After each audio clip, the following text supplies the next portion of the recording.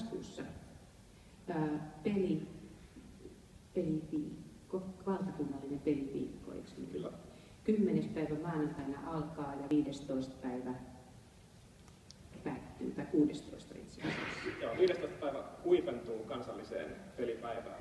Joo. Haluatko kertoa siitä? Kansallinen pelipäivä on siis tämmöinen tapahtuma ja pelipäivän viikko, joka kannustaa siis suomalaisia pelaamaan yhdessä, pelaamaan eri pelejä,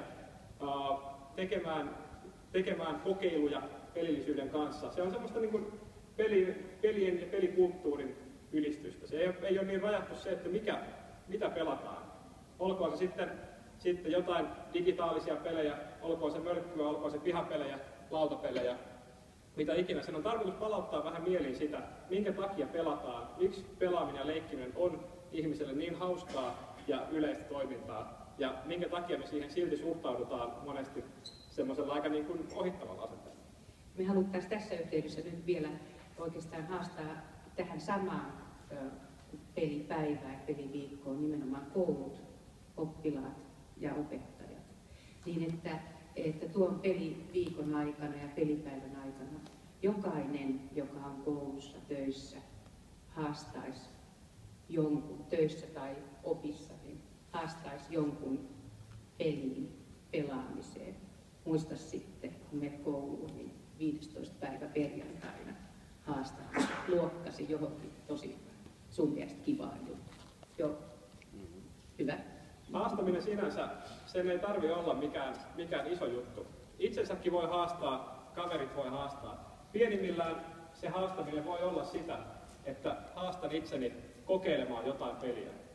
Jos teillä on lapsia, haastakaa itsenne kysymään niiltä, opettelemaan yksi uusi peli. Jos teillä on lapsia, haastakaa ne opettamaan teille uusi peli. Haastakaa teillä luokka kertomaan, mitä ne pelaa ja keskustelemaan teille kanssa.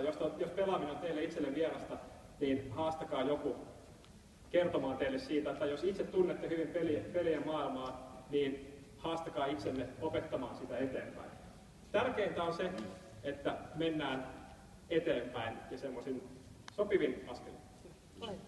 Jonkin verran olen miettinyt ja esille tuonut Vihdin yhteiskoulussa, mutta haastan itseni ja oppilaskunnan erityisesti ja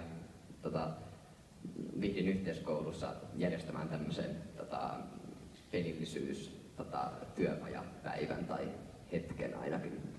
Katsotaan millaista siitä sitten tulee ja voi haastaa tietenkin ketä tahansa tämmöisiin päiviin. Tosi kiva, me seurataan sitä sitten, kun siinä päivä käy. Joo. Kiitos. Kun me katsotaan tuota kelloa tuolla nyt, niin olisiko meidän oikeastaan tähän haasteeseen hyvä päättää